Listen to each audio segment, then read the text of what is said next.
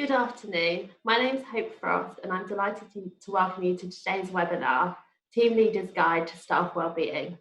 On behalf of the team here at SBK Healthcare, we are so proud to produce this event and we do hope that you will find it useful and enjoyable. It is now my pleasure to introduce Dr. David Mathew. Thank you very much. So these are the aims of our webinar this afternoon. As you will have seen from the actual invitation, by the end of this webinar, it's hoped that you, the participants, all 516 of you, if you all turn up, will be able to define well-being and to think about your own individual well-being, to identify sources of personal and professional well-being, and hopefully to identify ways of improving the well-being of others. We're talking about teams, but we don't need to be too prescriptive. I've just called it others, but I think many people here will be thinking of an individual team. So let's just start we're all going to be in different places addressing this idea of well-being. So please take this following question as literally as you can. And I'm going to look at some of the responses here. We're talking about well-being. Well-being is very much in the current situation high on people's list of priorities, understandably. But do we all have a kind of agreement on what we're talking about, I wonder? I'm going to ask you, what are we talking about when we talk about the concept of well-being? As I say, we'll be in different places thinking about this, but let's see if there's any common ground. Just for a minute or two, think through the question if you would, and I'll invite you to post any responses you have in the chat function, please. Same question now, but without using the words well or being. How would you define well-being? Would you think of it in terms of characteristics? How would you personally identify it? How do you know if you are experiencing well-being? Take a moment, please, have a think through the question. Okay, I've gone through go through a couple of the responses now. So, we're getting answers: physical and psychological, supported and comfortable at work, able to manage life and work positively, all team members to feel engaged. Excellent. Sheila, welcome Sheila. Please repeat the question. So my question really was, how would you define well-being for yourself as a professional? How do you know it when you feel it? How do you know it when you see it, when you recognize it? Acceptance of self is a good one. Your ability to cope with the stresses of life, health and happiness, contentedness, feeling healthy, happy, healthy, content, ability to manage pressure and stress, balance. Thank you very much. One word, very simple, but very complicated to achieve. Happiness, being in a position to meet full potential in health and social position, a sense of calm and control, feeling healthy, feeling I can hope. I beg your pardon, I can cope. Psychological, physical health, feeling balanced, again, balance, a feeling of calmness, acceptance and acknowledgement of how I'm feeling. Here we go. Managing a degree of stress. Okay, without going through every single response, I think we can, broadly speaking, agree on what we individually think of when we think of well-being. So what's its opposite? How do you know if your own personal and professional well-being is suffering? And again, I'd like you to post your responses, please, either in the chat or the Q&A. I'll just pause for a second there while you take the question in. Okay, we're getting some responses now from the second question. Unable to sleep, eating too much, unable to eat, unable to focus, inability to cope with day-to-day activities, unable to cope with daily stresses, anxiety over minor issues, difficulty coping with the workload, stress, panic. Scale again for each person, relative to each person, excellent point. Physical ill health, mentally low, disruption to home life, feeling anxious, tearful, snappy, overwhelmed, stressed, poor sleep, lack of sleep, unable to switch off, lacking motivation, anger, anxiety. Anger's interesting here. Becoming tearful, taking things too personally, feeling overwhelmed, and reacting disproportionately, lacking perspective, making mistakes, not being in control, emotional, racing thoughts, feeling overwhelmed. Overwhelmed is coming up a lot. Understandably, loss of control. Usually your colleagues tell you that you aren't yourself at the moment, and what's the matter? Fantastic if you have colleagues who feel comfortable doing that. Fantastic. So you're both, the hope-cope debate continues, so you're both correct. Hoping might make us cope. Quite true. Thank you very much. Burnout. Okay, I'll stop that conversation there for a second. So when we talk about well-being, there are any number of different definitions, of course, but we could agree possibly, based on everything we've just talked about, as defining as the state of being comfortable, healthy, or happy. Those three words came up quite a bit in the first part of the task, the first question I posed to you. So they're three good adjectives that can kind of cover a lot of what we're talking about. As I say, other definitions are available. So, for example, one aim of a doctor is to assist in the improvement of a patient's well-being. I don't think we'll encounter much resistance to an idea such as that, or a statement, rather, such as that. So what about these as synonyms? Some of these did come up. Well-being. So we're still trying to define our terms in the Socratic fashion: welfare, health, good health, happiness, comfort, security, safety, protection, prosperity, profit, good, success, fortune, good fortune, advantage, interest, prosperousness, successfulness. So any number of those, some of those, not all, were in the Q&A and the chat function as I was looking through it. So if we can sort of agree, broadly speaking, on what we're talking about when we talk about well-being, what would influence it? So again, take to the chat function, please, or the Q&A. I'll give you a few seconds, as before. What factors or states might influence a person's well-being? Now, by person, you can take this very personally and talk about yourself, of course, or you can take it in a more general, abstract way. But what kinds of things might influence a person's well-being? Colleagues, I'll give you a few seconds just to think through some of these questions, which might seem a little obvious until you dig a bit deeper, and just give you a second to have a little think about that. Workload. Outside influences the coronavirus currently, but people either at work or home. Workload again, support networks, sleep, family, relationships, uncertainty. Thank you, Paul. Adequate support, contact from friends, physical health, ability to live a valued life. Thank you very much, Marie. Work-life balance, others' moods, environment. Yes, environment, much on, again, another environment. And a third, feeling valued, unconscious biases, the inability to share or discuss. Thank you, Kelly, welcome. And level of current workload, feeling socially isolated. Situations, family, health, the level of workload again. Feeling as though you have a lack of control over the situation you are in, and isn't that true of most of us, if not all of us, right now? Pressure, life events, not managing balance, excellence. Thank you very much, colleagues, for your contributions. So, well-being might be influenced by a series of other states. All of those excellent contributions. Let's just think through a few others that I've kind of gathered into themes. So your well-being and the well-being of anyone around you, either work-related, domestic, or in any other way, could be influenced by a number of other states that I've sort of parceled together here. A reflection on past events. How does the past and how you responded to a similar incident perhaps influence how you actually deal with a current situation? Now, we don't have, most of us will not have an equivalent in our living memories to the situation as we are experiencing it right now with the virus. But some of us will have been possibly through difficult situations that prompted certain reactions?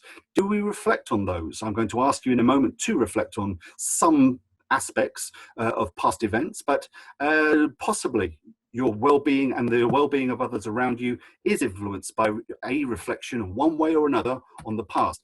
Moment-to-moment evaluations of happiness. How do we know when we are experiencing good well-being? Well, I posed that question a few minutes ago, got some excellent responses. Being by myself or with another person. Most of us have no choice at the moment of domestically anyway, where we're going to be. Most of us will be either locked down or with our movements anyways, curtailed up to a point. I'd be interested to know how many people are desk bound and how many people are working full working lives at the moment within the industries. So the influences could be inferred from sensory input, pain or pleasure, inferred from a cognitive structure, dysfunctional thinking, delusions, inferred from virtue. For example, I put, is prayer inherently instrumental to well-being? For some, yes. For others, not influenced at all. The duration of the experience. Can we say we're experiencing good well-being if it lasts 5 seconds? Is that well-being? Is it? Does it need a certain time for you for it to qualify as being well-being? Alternatively, the other things that could influence your well-being might be the effect on other factors, your personal agency, your personal power within any situation. Quite a few people contributed something about a loss of control, a loss of being able to sort of deal with things when I asked the second question. So other factors such as power, agency, control do sometimes come in. Repetition. Is pleasure derived from addiction incompatible with happiness? Now we might think well-being, if you repeat something because it's nice for you, makes you feel good. Well, is that necessarily divorced from addiction? Is it the same pleasure principles at play? Objectivity influence. Is healthy eating or sex always pleasurable? These are questions that could influence your state of well-being. Could we be influenced by whether the experience is altruistic or egoistic? Are we doing it for someone or am I doing it for myself? Am I actually basing this experience on personal pleasure, the achievement of personal pleasure, or am I doing something genuinely, nicely for other people, or attempting to at least do something altruistically, trying to help someone, which has become very much to the forefront of a lot of people's conscious thinking at the moment when it comes to things like, for example, doing people shopping who are based at home and cannot go out for various reasons at the moment. Other influences we might consider, whether happiness reflects an emotional state. Is it affect-based? Or whether happiness reflects a cognitive judgment. Is this something satisfactory in your life? Does it make you feel good? Or is it more than an emotion? Or is it something in your brain? We need to think about these things as well, perhaps. The others I've put together, influenced by a series of other states. For example, and there will be many more, loss or bereavement, loneliness, relationship problems, issues at work came up loud and clear in my second question. Worry about money also came up in the previous question. And of course, I've put here that these are very broad strokes. All of these could be broken down considerably much further than we have the time or space for right now. I mentioned earlier that I would ask you to write something, and I'm going to do that now. But I'm going to ask you really to think this question I'm about to pose. Think it through, please, and provide an honest response. I'll give you a few minutes to think this through while I check other responses for the Q&A and the chat. Honesty, please. This activity is for your eyes only. There's no reason to share your thoughts unless you want to. I want to make that really clear. So far, what have you learned about your own well-being? question 1. Think about what might affect your own well-being. This third question might sound obvious, but are we all going to agree on an answer here? Is something affecting your own well-being right now? Would you be prepared to ask for suggestions and help? Again, perhaps it sounds obvious. Of course I would, but really, would you? It could be a standard response: I don't have time to ask for help, or any kind of suggestions for help. Is that really the reason? Maybe it is. But would you be prepared, if you were able to ask for suggestions and help? At this point, I'm just going to go to the chat function and the Q&A. I need people around me. I'm not in a very good state of well-being. Having people to support and underestimating my own well-being. Yes, I am able and can ask for help, but do not. My own beliefs that I need to work hard. A happy team is a happy me. Own well-being, for a long time doing things for others rather than myself. I don't feel it's been optimized. That's a response to question 1. Current situation all affecting, worrying about my family, running, used for well-being, could be an addiction. Thank you very much for your honesty. Well-being can fluctuate during the day, a point we will point we will get to in a moment. Yes to someone who is supportive, response to question 4. Not happy with well-being, feeling trapped, long-term home issues, now COVID. I'm not always managing well. Isolation, full isolation, working from home has made me wobbly. Don't feel worthy. When I'm anxious, it isn't always obvious to me. I become snappy, defensive, argumentative, and irritable. I'm experiencing a lack of control and structure. Other people, lack of coping mechanisms. Okay. Thank you very much for your enthusiastic responses there.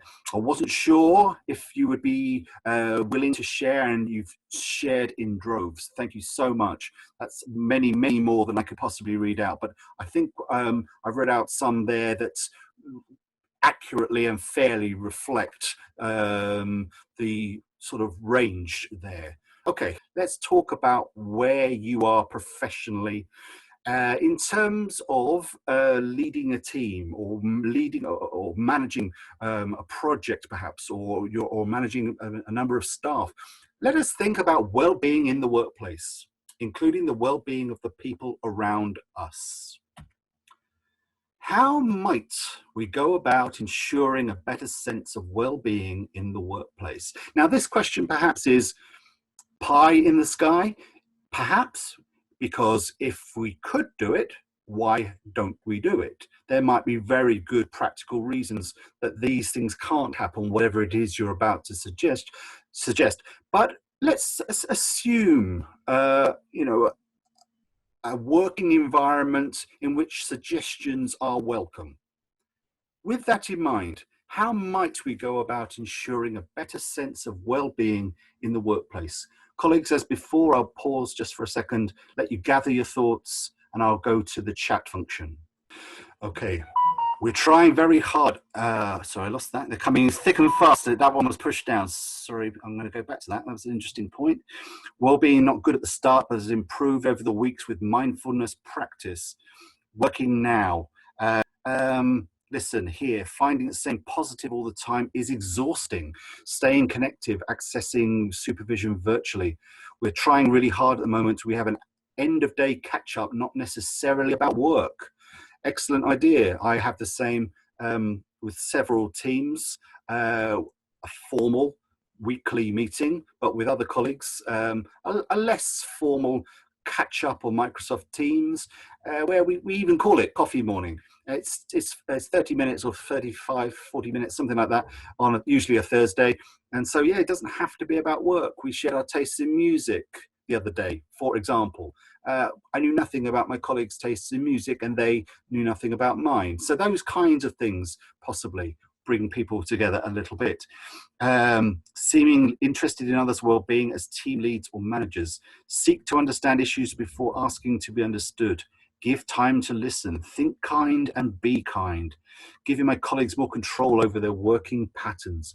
Excellent. Keep the suggestions coming in, colleagues. Please do, as I move on. Let's look at the dynamic from a different angle now. You've thought about others' well-being, but how will we know if others in our workplace are not experiencing good well-being? What signs might we observe? So what do we actually see, do you think? And crucially, what might we do to help those colleagues? We'll go to chat this time. Negative behaviours, interesting, yes. Disengagement, office quarrels, snappy withdrawal, yes, absolutely. Mood swings, speak about what you notice. Be curious, thank you very much. Buddy up with peer groups, shared experiences. You might observe low motivations, defensive behaviours, validation. Oh, validate, it's okay not to feel okay, thank you very much. Becoming cynical at work. Ask, silo working, not accepting allocation of work, poor performance, try not to be assumptive. Having a staff WhatsApp group I've found creates a more relaxed conversation space with colleagues and also good when there is no phone signal. Yeah, fair enough, thank you. Try and get some open discussion. It's harder to tell when we are working from home. Absolutely, thank you very much for your contribution, Sarah. It is, isn't it? We're all away, well, most of us are away from the people we would ordinarily work with most of the time, and it is harder to be sort of even aware of how people are thinking, how they're feeling, unless you ask. As it frequent sickness, we set up a wobble room for all staff. Excellent idea. I will be suggesting that in my the non-official team meeting, I think, this week. Excellent idea. Thank you very much. We talked a little bit about the dynamic nature of well-being, or rather, the comment came in that one's well-being might change within a day. Never mind within a week, but within a day. Of course, absolutely. Well-being is dynamic. It can change from moment to moment. We all know this. From day to day, from month to month, or year to year. We know these things. But with good mental well-being, you are better able, no one says perfect, but you're better able to feel confident in yourself, have positive self-esteem, feel better able, again I stress, not perfect, but better able to feel and express a range of emotions, to build and maintain good relationships, to feel engaged with the world around you, to live and work productively, to cope with the stresses of daily life, and adapt and manage in times of change. And if these times do not qualify as times of change, then I would like to know what would. These are probably the biggest disruptive event in most of our lives, I would imagine, certainly in mine.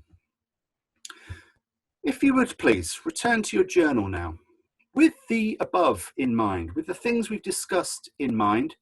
How do you feel about having an impact on the well-being of someone in your team? Please interpret the question any way you want. I cannot know what your responsibility is to others, of course, in your own teams, but how do you feel about it? How do you feel about having an impact on the well-being of someone in your team? I will pause just for a second. Yes, helping others is a boost to myself.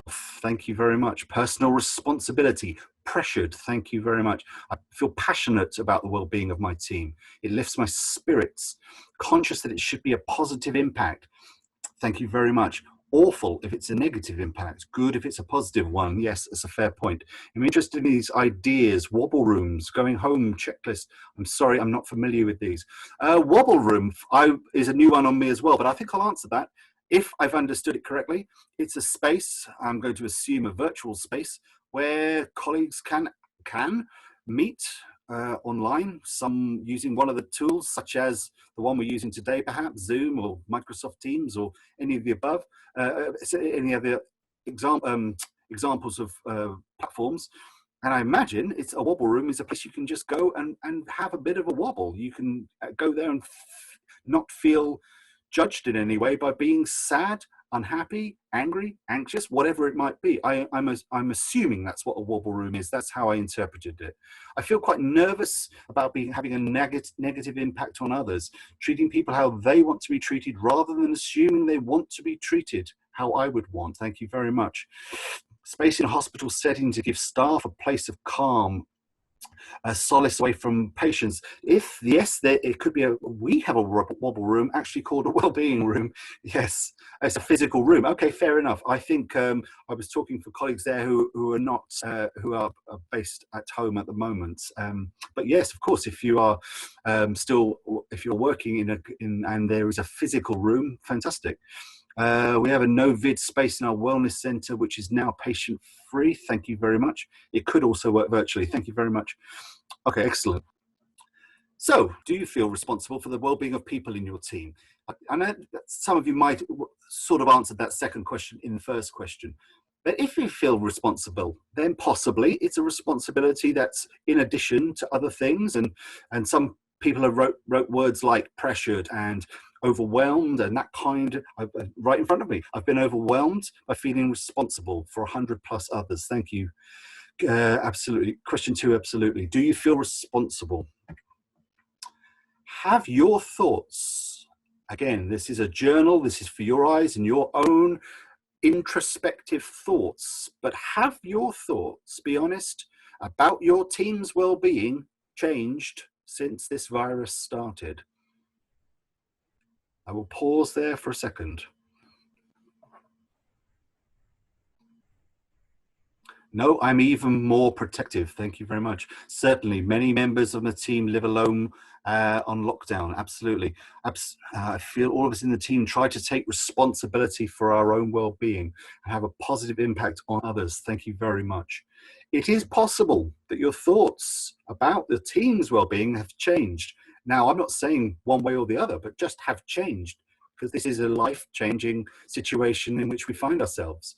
I found the team difficult to engage. Thank you for your honesty. More aware of the team's vulnerability, and awareness of personal circumstances in the team has come to the fore. Thank you. More assertive about offering help now. Excellent contribution. Thank you. Yes, especially if they've asked for help. Posting resources online isn't always helpful. Thank you very much, Kelly. Excellent. So, here are some steps to well-being, some tips, some suggestions. And while I'm going through these, possibly you might note one or two of them that you possibly haven't thought of for yourself or for someone in your team that you might adapt in some way in order to help someone else who might be struggling a little bit at the moment. Okay, let's just go through a couple of these steps to well-being. Some of them might well seem obvious. Some of them you might have been doing since day one. Others, hopefully, will generate some thoughts and some contributions to the chat or the question and answer. First one probably is obvious. Probably most of us here have connected more with people either domestically or professionally than they used to. I can't speak to it for everyone, of course, but if you connect with people around you, family, friends, colleagues, neighbours, where possible, spend time developing these relationships. These are steps to well-being. They're not panacea. They're not going to absolutely fix everything, but it will help a little bit to many people. Be active. We're told that our movements outside are limited, but nevertheless, we can take a walk, we can go cycling, take on those household jobs that are frankly not the ones you want to do, maybe boring jobs, but that will make you feel better when you finish them. Mine will be painting fences. I can't stand it, but it has to be done every year. So I painted the fences, and it was a dull, tedious job, but the sense of well-being I received or earned on completion was really, really strong. I found something that I don't like doing, but it made me feel better when I had done it. In these times, it might be that you have some space to learn something. It doesn't have to be something academic necessarily, although it could. It could be just a colleague of mine is learning basic Spanish. There are plenty of places where you can learn new skills.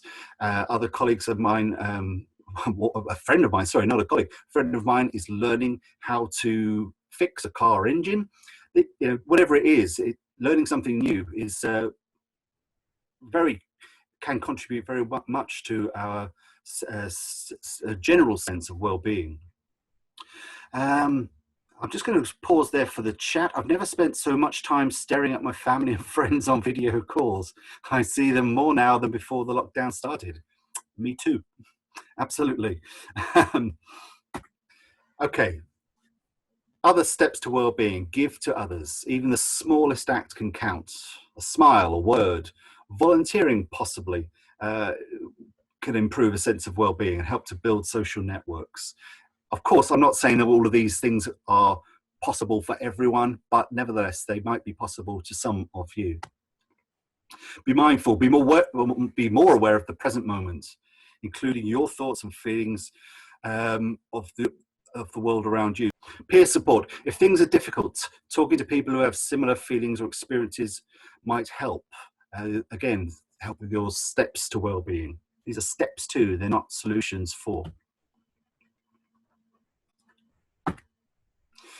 If you haven't already, perhaps you might investigate relaxation techniques. Doing something that you find relaxing, listening to music, in my case, can help to reduce stress, even if the music itself is quite difficult and quite anxious sounding. I find the act of listening and trying to decode and understand, I find a good way of reducing stress. Tell people what helps. Let your friends and family, and where appropriate your colleagues, know how they can support you. It doesn't have to be one way. It doesn't always have to be you supporting others, of course.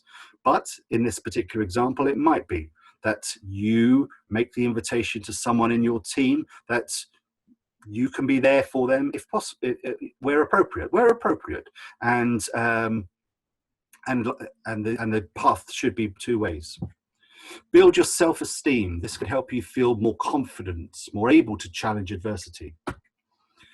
Explore how what you eat and drink affects how you view yourself and how you view others. Example: one perception is that drinking boosts your confidence. Yes, but alcohol can also have a negative effect on your mental well-being.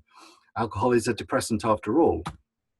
Focus on small wins. One of the things that came out loud and clear from the very first week, as I recall, of lockdown, would be to focus on the small things. These are not normal days. If you don't quite achieve everything you had hoped, okay, concentrate on what you did achieve. You do not need to chase every big achievement. Do the little things and use your successes as a source of pride. And this, again, could be you personally, professionally, in a domestic situation, equally working with the people in your team. With that in mind, a final return to the journal, if you would. For your eyes only, but again, please be honest with yourself. Of the activities I just mentioned, try to imagine how you might incorporate 2 of the above suggestions into your life. Possibly by this stage of the virus and our lockdown and our response to the virus, possibly the tense might change here. You might have already done it. You might have already incorporated 2 of the above suggestions, but treat the question as you would the other question, as you have the other questions. At this stage, I will just move over to the Q&A, as I haven't been there for a couple of minutes. Thank you. They're coming in thick and fast. Do something relaxing. In my case, it is knitting. I do many of those things already, but still struggling. Okay, thank you very much for your honesty. Scheduling in breaks. I'm eating and drinking less without my colleagues asking to go for lunch. Well, if there's, it could be every cloud and everything like that, and possibly we have modest meals instead of going to lunch with colleagues. I suppose that is good it's a good way of a positive spin, I suppose. Oh, by stark balance, I eat more when I'm at home. Tell people what helps, as I'm not good at that. Thank you very much. Enjoying the simple things, listening to music, cooking, going for a walk at lunch to break the day up. I do the same thing, walk my dog on the hills. It's lovely. Walking my dog. Thank you very much. Same thing. Keeping calm, keep my environment calm and tidy. Thank you very much. Okay. Possibly this becomes a redundant question then, because it seems like a lot of you have already adopted some of these strategies and steps to well-being, but what would you hope to be the result? Now, we talked at the start about how we define on a personal level what the very concept of well-being. Think about this now with your position within a team, perhaps. What would you hope to get out of the incorporation of two of these suggestions? Leading by example, thank you. Calmness, thank you very much. Enjoying home and Disney movies. To be a good role model so others can see ways of coping. Thank you very much. A sense of achievement. Thank you, Lisa. Less stress, not feeling so tired. Share with the team what might help and support them. Yes. Grounding myself when things get overwhelming, being a role model to others, being there for my colleagues, positive mindset, to finally know how to switch off. I think there's a lesson, Janet, there for all of us, or many of us anyway. Finally know how to switch off, when to switch off indeed. Leading by example, that's coming up a lot. Thank you very much for your contributions. To show my children who are at home with me that work isn't everything. Similar sentiment to the one about switching off, learning when and how to switch off. Better delegation leading to improved connection with the team. Thank you very much. As before, hopefully at least some of you were actually writing this down, brain to hand to paper connection. It stimulates different parts of the brain, and we can sometimes find the actual act of writing, physically handwriting, prompts sometimes a deeper sense of introspective thinking. With which I bring you to the end of today's webinar. Thank you very much for coming. Thanks, David. That's been a really, really useful webinar. I've certainly learned a lot, and I hope that you've all enjoyed it as well. And finally, we want to say thank you from the bottom of our hearts to all the hard work and dedication that you're currently putting in. So thank you very much, and goodbye. Thank you. If you enjoyed this video, please do give it a like using the thumbs up button and share your feedback in the comment section below. In order to ensure that we continue making and uploading this content, please do subscribe as well. If you would be interested in attending a live webinar, please visit our website for more information. The link to our website will be included in the description box for this video.